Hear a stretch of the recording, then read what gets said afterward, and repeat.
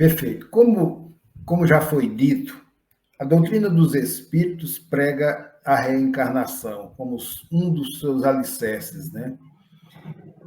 E as histórias que nós narramos aqui são histórias oriundas de médiuns que, como Amália Domingos Soler, relata de histórias que perguntam a ela pela a forma como aconteceu, as pessoas ficam curiosas em saber o que estava por trás. E todos nós temos um passado, mas nós não lembramos no momento por algo que nós denominamos da bênção do esquecimento.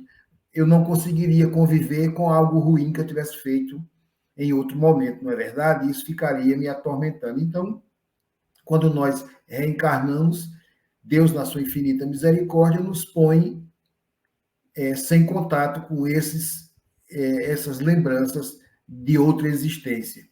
Então, a Malha, ela trabalha assim, ela recebe as perguntas, né, das pessoas e ela faz essa pergunta ao seu guia espiritual, para que ele, no mundo espiritual, pesquise e traga as respostas para que ela faça a pessoa entender como aconteceu aquilo.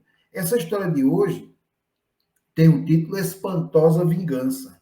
E ela fala exatamente sobre isso. Algo acontecido num passado veio à tona, naquele momento, espíritos já em outros corpos, mas sendo os mesmos, e foram e se encontraram para que assim se desse a chamada vingança que eu vou narrar.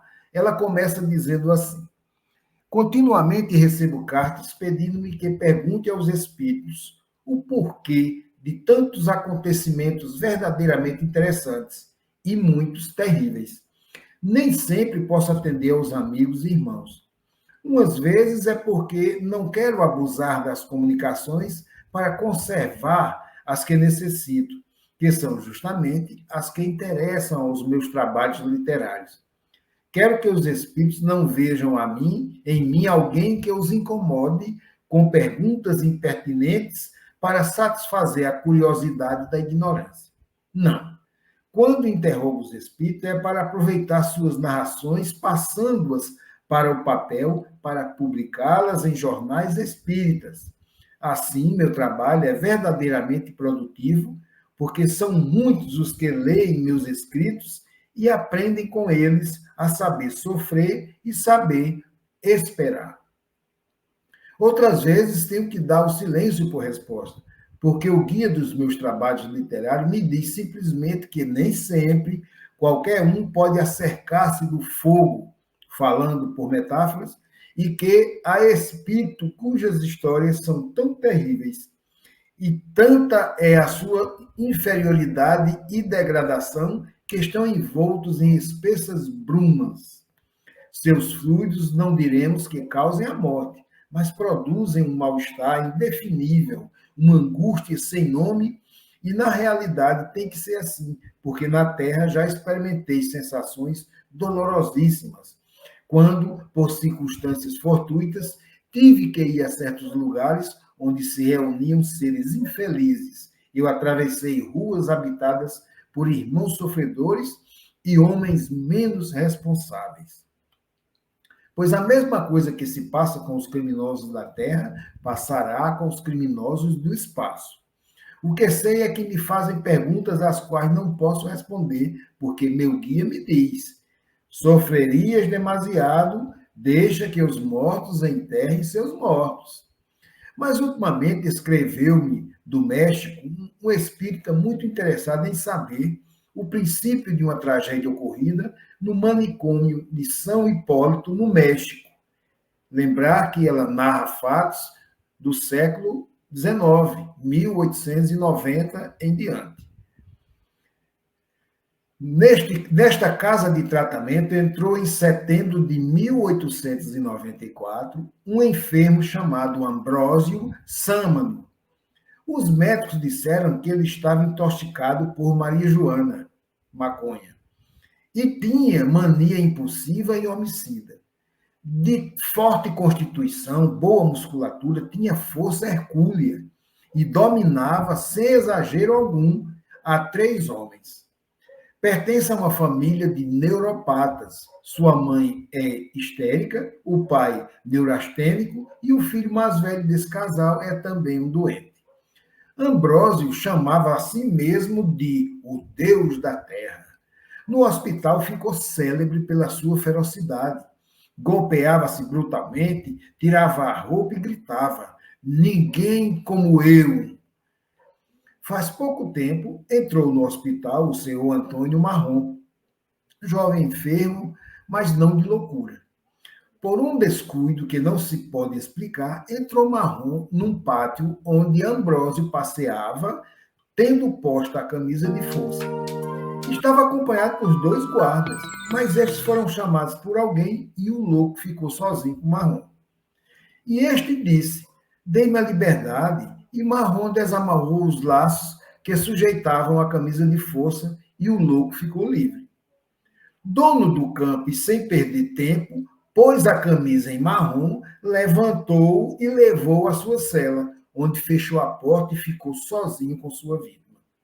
Ninguém poderia saber como aconteceu o terrível drama entre a obscuridade da cela, mas os gritos dos outros loucos atraíram os guardas, que viram horrorizados que Marrom estava no solo com a camisa de forças e os pés atados.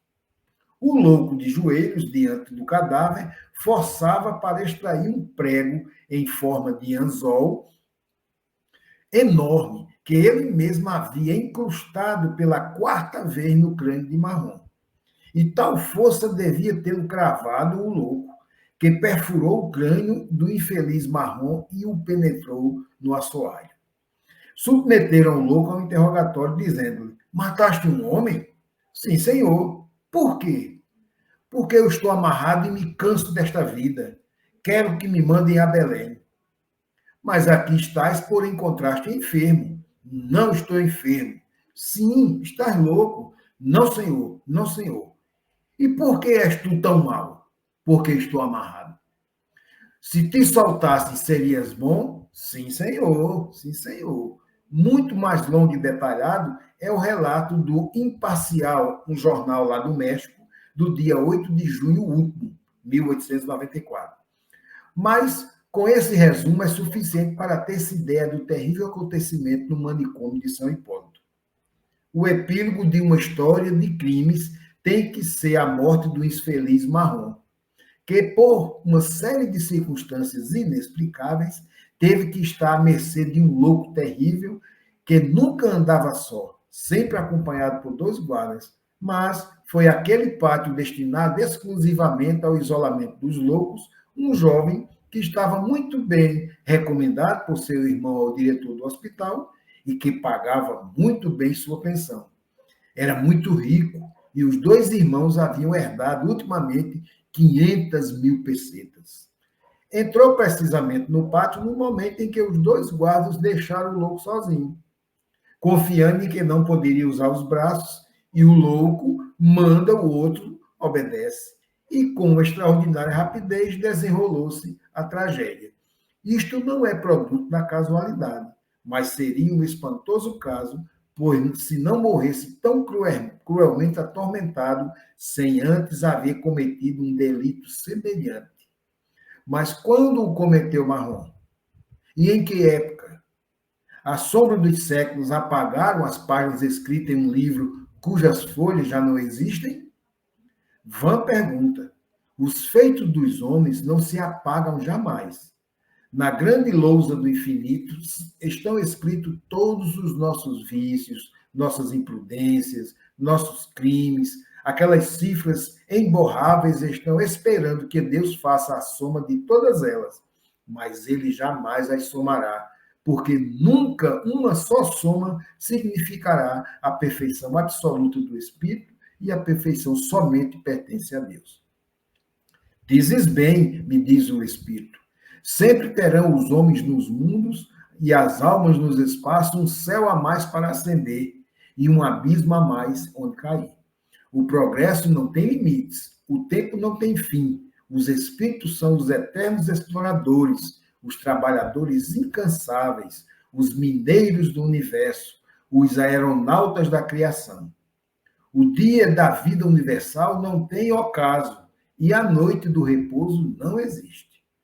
Pois bem, essa história da humanidade, cuja primeira folha não se sabe com segurança em que época se escreveu, repontam episódios terroríficos, ao mesmo tempo em que encantadores idílios. Cada espírito é dono de empregar seu tempo segundo suas aspirações e seus desejos, mas se entrega a toda classe de excessos, mortificando algumas vezes sua carne e em outras degradando a sua inteligência. Esse epílogo dessa história, como chamas ao acontecimento ocorrido no manicômio, tens razão ao dizer que é desenlace de um drama. Todos os que nele se tornaram parte, há tempos vêm lutando juntos. São 4 os autores que desempenharam seu papel na cena final. 3 estavam na Terra e 1 no espaço. Esboçarei o capítulo da história desses desventurados, pois ainda não estás em condição de penetrar muito mais fundo na vítima ímpar desses 4 seres. Numa existência muito oblíqua, longínqua, o que hoje se diz Deus da Terra era um homem feroz, indominável. Para satisfazer seus lúbricos desejos, manchou a honra de muitas mulheres, matou a traição e também cara a cara, segundo se apresentava a ocasião. Há mais de um marido enganado, há mais de um pai desesperado pela desonra de suas filhas. Entre os homens que morreram em suas mãos, havia um conde que havia lavado sua honra com a morte de sua esposa e de sua única filha desonrada pelo assassino. Este, ao morrer, jurou perseguir eternamente ao homem que lhe havia arrebatado a felicidade. Ao encarnar na terra, Ambrósio Sâmano, seu inimigo, se apoderou dele e ainda não o deixou. Dizes que para morrer atormentado tão cruelmente se deve ter cometido um delito semelhante, e estás certa, afirmando: o jovem que morreu por lhe ter sido perfurado o crânio não cometeu por sua mão tal delito, mas presenciou feliz tal martírio que sofreu um chefe militar vencido pela sua deslealdade e sua traição. O executor do crime foi o espírito que jurou não abandonar nunca ao que hoje se chama o Deus da Terra. Esses espíritos estão unidos por uma cadeia de crimes elaborados em diversas existências. O que hoje morreu, parecendo inocente, tem muitas páginas escritas com sangue no livro da história. O espírito que obsedia o Deus da Terra vingou-se do matador e da vítima, porque ambos lhe arrebataram em outro tempo a honra, a fortuna e a felicidade. Até o irmão da vítima de hoje contribuiu para a realização de tal vingança, levando o pobre enfermo ao hospital onde deveria morrer. Foi ele quem abriu a porta de tão triste lugar, porque em outro tempo, sendo governador de uma fortaleza onde gemiam prisioneiros e prisioneiras por mandato religioso, mulheres infelizes que não queriam abjurar a sua religião e queriam ao mesmo tempo conservar sua virgindade. Estas infelizes tinham que sucumbir ante as ameaças do homem opulento que penetrava em seus calabouços, embriagados e meios loucos. O governador era cúmplice de tão infames incidentes, deixando entrar vários magnatas, sendo um deles o que morreu nas mãos do Deus da Terra. Ontem abriu-se-lhe as portas de uma prisão para que saciasse seus brutais apetites, desonrando mulheres indefesas, e depois abriu-se-lhes as portas para que morresse como havia feito morrer a outro, com o crânio perfurado. Ele riu-se ontem dos momentos que passou sua vítima ao morrer, gozou com sua agonia, e o executor daquela horrível morte hoje levantou o braço daquele que acreditais louco, vingando-se dos dois. Todos eles lavraram a sentença realizada hoje. Então, estava escrito? Perguntas? Sim, estava escrito, não pela fatalidade, pela série de crimes cometidos por todos eles. Aquele que passa por louco não está, é vítima do seu inimigo invisível. poderá a ciência assegurar que pertence a uma família de desequilibrados, que ele mesmo estará, mas tem horas, há dias, há noites que vê claro, muito claro, e diz: não estou louco, não estou. Sinto que por minhas veias corre chumbo derretido, sinto que meu cérebro estala, que umas mãos de ferro oprimem minha garganta e que tenho sede de sangue. E, ao mesmo tempo, quero fugir para longe, muito longe daqui, para viver tranquilo nos braços da mulher amada. Compreendendo o que sofres, relatando tais horrores, mas tudo é útil, assim como os anatomistas fazem a autópsia dos corpos inertes para estudar as enfermidades e os defeitos orgânicos que tanto atormentam a maioria dos homens, também é conveniente falar do invisível, do desconhecido. Não se contempla com o telescópio o mar do espaço, onde navegam numerosos sóis? Pois o mistério do além-túmulo também merece ser estudado, porque sem conhecer o desconhecido, vive-se às cegas, chegando-se ao crime sem remorso. É chegado o momento em que os homens saibam que o inferno e a glória existem, que não estão embaixo nem em cima, que os levamos em nós mesmos, que cada espírito constrói o seu paraíso e o seu inferno. Se despede o espírito, dando adeus a Amália. E aí ele diz: uma alma que desperta e vê a luz é um novo sol irradiando o universo. Eita, meus amigos, que história, hein?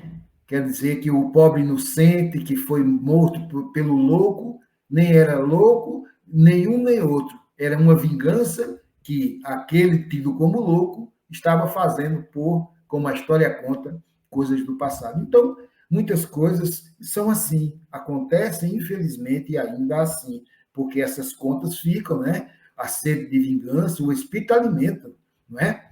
E quando nós reencarnamos, nós trazemos, não é, Djalma?